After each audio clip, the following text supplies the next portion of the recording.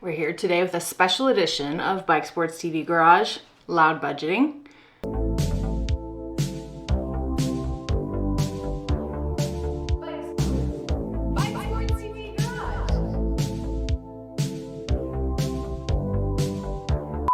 Bike racing, as we know, is pretty expensive to go to. Money. Fuck. Not even funny anymore. Today we're going to take a look at what it actually costs for one person to go to 4 different events. We'll be looking at Mid-South, Unbound, FoCo Fondo, and as an outlier, Transcordilleras. So for all these races, we're looking at Denver as a hub. That's my home airport, and it has a lot of great connection options all over the US. So how we're going to evaluate the races is we're going to look at generally 2-night stays, flying, rental cars as needed, as well as paying for an entry for those different races. So first up, we have Mid-South Gravel. This is a March race in Stillwater, Oklahoma, run by Bobby and Crystal Wintle. It's super fun, rolling. It's kind of a way that a lot of people kick off their season, and it's just a super enjoyable event. Stillwater is located about an hour from the nearest airport in Oklahoma City. So if you were to fly there, you would need to rent a car and drive into Stillwater for your bike race. The entry for Mid-South Gravel last year was $165 for the premier 100-mile race. Flights, I always make sure to consider bike fees. So Southwest Airlines, for example, is $75 for a bike each way. So definitely throw that into your consideration when you look at the cost of a flight. Same thing for Frontier Airlines, that charges a lot for all sorts of different bags and bag sizes, carry-ons, all that sort of stuff. So you need to consider that as well when you look at a flight price. Generally, we're seeing some United options that are around $150, and United does not charge any extra fees for bikes. So if you were able to do that with a carry-on, you would be looking at only an additional $35 if you do the online check-in. So getting a total flight for under $200 round trip. So then for a rental vehicle, you're gonna need at least a mid-size vehicle, like an SUV, a minivan, or a pickup. Oh, you didn't bring your truck with you, did you? I found a pickup for about $121, knowing that we're gonna have to do some driving back and forth as well as some in-town driving. We're estimating $50 for fuel costs, so about 1 tank of gas in today's economy. And then for housing, we're looking at just like a mid-range hotel, so a Hampton Inn. It's about $211 a night, so just under $500 total. So when it's all said and done, adding the entry fee, a flight from Denver, a rental vehicle, a tank of gas, and a 2-night stay at a mid-range hotel, we're looking at just under $1,000 for one person to go to Mid-South Gravel. Next up, we have Unbound Gravel in Emporia, Kansas. This is one of those bucket list races for most people. The race is 200 miles. It has 2 aid stations. One unique thing about this race is that they do require you to have staff. So whether you bring a partner, a friend, or you can hire a third-party service. So it does make it unique in the sense that you do have more expenses to incur compared to other events. So looking at costs, Unbound does have a pretty high entry fee. Last year it was $378 after fees. And additionally, if you don't have a friend or partner who can help you with mechanic support at the aid stations, you do need to hire a third-party organization such as 3 Feet Cycling. They cost $190 for the day. And that would include mechanic services, help you with your feed bag, and just be available for whatever you might need at those aid station stops. For flights, we're looking at going from Denver into Kansas City. So that is a couple of hours away. So the flight is around $231 plus $35 United bag fee. So we're looking, just over $250 for that flight altogether, plus the bag fee home. So maybe more closer to $300 for the flight. Again, we're gonna need kind of that mid-size SUV, pickup truck, or minivan to rent for those 2 days. So that's gonna run you around $150. Plus, because we have more of that driving and just the sheer size of the course, if you decide to check out any sections, we're gonna be looking closer to 2 tanks of gas for your journey. And then kind of the elephant in the room for Emporia, if you've ever been there, it is really difficult to find housing. Although the town it is kind of a mid-sized town, there's just so many people coming in for that event, and they don't necessarily have the same hotel infrastructure that maybe a big college football town like Stillwater, Oklahoma would have. So already it is September of 2025 and there are no hotels available that weekend. There's very, very limited options on Airbnb. The most reputable option that's left that has any sort of reviews is running about $800 a room per night. With that being said, they do offer housing in the dorm rooms. It does not come with bedding, so you would also need to travel with that. And that is about $550 for 5 nights. So I think like that is actually the most economical option for you, even if you weren't utilizing all of those nights.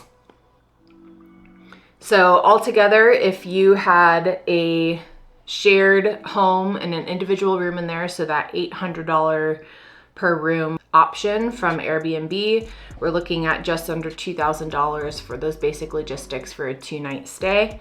And if you go with the dorm options, which could include up to 5 nights, which might as well just spend more time in Emporia and enjoy the full experience, that brings your cost down around $270 to around $1,600. So last up for domestic races that we'll be covering would be my own event, FoCo Fondo. And I'm looking at this just as the costs are, not without any emotion. We do have about 15% of riders that come in from out of state for the event. Otherwise, most people are actually from Colorado. So the event takes place next year from July 16th to 19th, but we're still gonna look at the same 2-night sort of ordeal.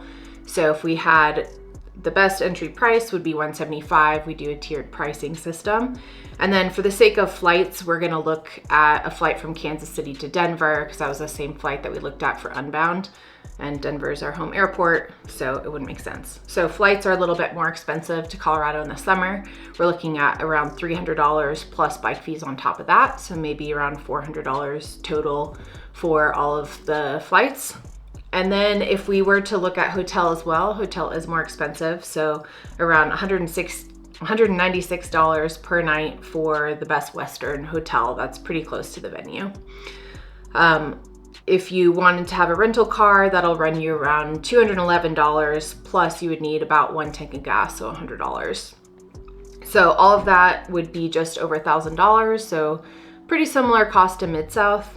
I think one nice thing about being on the Front Range is that there are some additional options that can help you reduce a lot of your costs. So for example, we work with the CSU dorms. That's about a 8-minute bike ride to the start finish of our venue, and those dorms only cost $95 a night. They include bedding, they include a meal, Wi-Fi, free parking, so you can save a lot of money with that. And then we also have a landline airline service. So from the airport, you can take a shuttle directly to CSU where the dorms are located, and that is $29 each way, so $60 total with your bike. And so instead of having that just over $1,000, you could get away with around $750 for your trip. And then lastly, like as an outlier, I wanted to talk about Transcordilleras. It's an 8-day stage race in Colombia in February to March. They also have a 3-day version, usually in August of every year, and also a straight through option in August or similar every year. So one nice thing about a stage race is that it's 8 days. So if you are flying somewhere, you get to have a much longer experience and multiple days of riding and kind of more bang for your buck, if you will, as far as a per day experience. I think a lot of people think an event like Transcordilleras is out of reach financially, but My husband Zach and I traveled to Transcordilleras last year on a shoestring budget, and we completed the whole thing with insurance, with tourist days, for around $4,200. So that's just over $2,000, or sorry, it's $2,100 per person, including tourist days, vaccines that we needed, travel insurance, and the like. So for Transcordilleras, it's essentially an 8-day stage race from a town outside of Bogota, which has a huge airport, and then you finish in a town outside of Medellin, which also has an airport. So the event arranges airport shuttles and transfers for you and your bike bag to the start towns. They will also transfer any extra luggage and bike bags for you for extra, pretty affordable fees. So you just need to have your flight into the start town, which I keep finding now for multiple years in a row, flights from Denver to Bogota for $150 one way, and with pretty minimal bag fees. United has some good options, as well as American. The event also offers really great hotel packages, which, from not being from Colombia, I find the cost worth it. It's $50 a night per person, and that would have you sharing a room with somebody. So if you were traveling with a friend or a partner, you would be able to share a room with them for the equivalent of $100 a night for a hotel. Since they're arranging all of those logistics, I think it's money well spent to pay them to manage all of that for you. Additionally, the entry fee is around $850 a person, and that includes 8 full days of racing, some post-ride celebrations, just a lot of those logistics that make the event really a well-run, worthwhile event to go to. So for Transcordilleras, for a total of $2,100 a person, that includes the airport transfer from Bogota to the race, the transportation back to the airport after the end of the race, bike bag transport during the race, hotel for 2 riders, an entry fee, also some hotel before and after the race for some tourist days.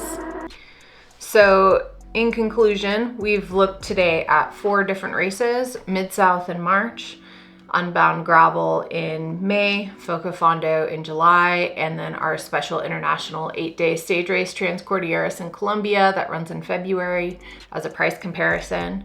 So both Mid-South and FoCo Fondo end up around $1,000 per person, with about a 1-hour drive from the airport.